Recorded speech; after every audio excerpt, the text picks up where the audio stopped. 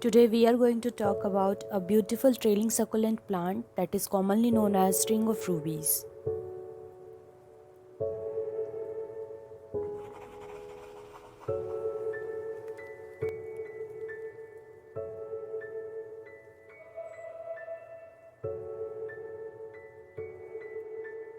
If you want a beautiful succulent plant which you can grow very easily in any of your hanging baskets, then you can definitely grow this string of rubies, and the common name for this plant is ruby necklace or string of pickles. The scientific name of this plant is Othona capensis. Here you can see my beautiful hanging plant. We all know that succulent have the characteristics to hold some amount of water in their leaves. So this plant have already got oval shaped leaves which is very full of water, and also reddish purple stem which is very beautiful and very unique in comparison of the other string of dolphins and pearls. So, as a part of Astraceae family, the string of rubies is most closely related to the Senecio genus, which includes most trailing succulent plants like string of pearls. I already have one, string of bananas, I have one, and string of dolphins, and many more are there. And I already killed my string of dolphins. I don't know what happened to that plant, but I am also looking for that. In comparison of the other string of pearls or succulents, or especially the Senecio genus plants, these have got unique characteristics apart from the other trailing succulents. True to its names, if you give this plant bright direct sunlight and you underwater this plant, then you can see that the bean shaped leaves turn into bright red ruby color, which makes it very beautiful and very unique plant.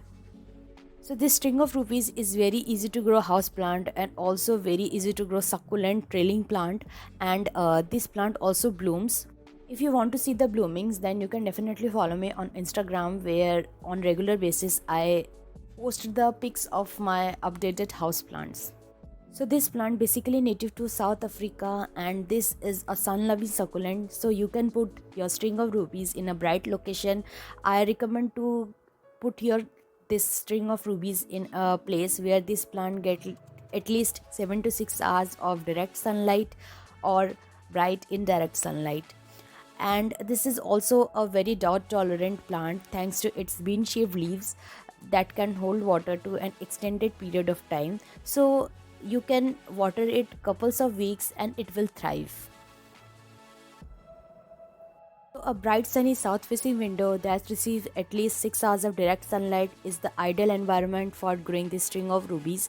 But when you grow this plant outside, the string of rubies does very well if you give this plant full sunlight to partial shady conditions. That's mean that you can grow this plant very easily in your indoors as well as in your outdoors. But if you give this plant low light conditions, then you will see that the leaves will reverted to green color from red color, and the plant is more likely to become very leggy. So try to give this plant as much as sunlight possible. The next thing is what kind of soil mixture you should use. So we all know that for growing any variety of succulent, the soil mixture is very important. Always try to use a very well drained acidic soil with a pH balance between 6.0 and 6.5. Other than this, you can also use commercially available cactus and succulent soil mixture.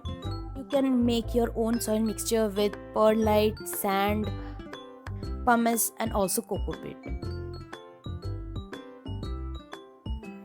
Talking about the basic watering, so let your string of rubies dry out thoroughly in between the waterings. As with most of the succulent, the string of rubies is also very easily susceptible to get root rot if you overwater it, and it is also considered as a drought tolerant plant. So let the soil dry out and then water your string of rubies thoroughly. Allow any excess water to drain out of the pot. So when you grow this plant in your indoors, a string of rubies does very well in typical household temperature and humidity levels. Avoid placing your string of rubies next to cold or drafty windows during extreme winter temperatures. Far as fertilizing go, as with most succulents, the string of rubies is not a heavy feeder and does not require regular fertilization.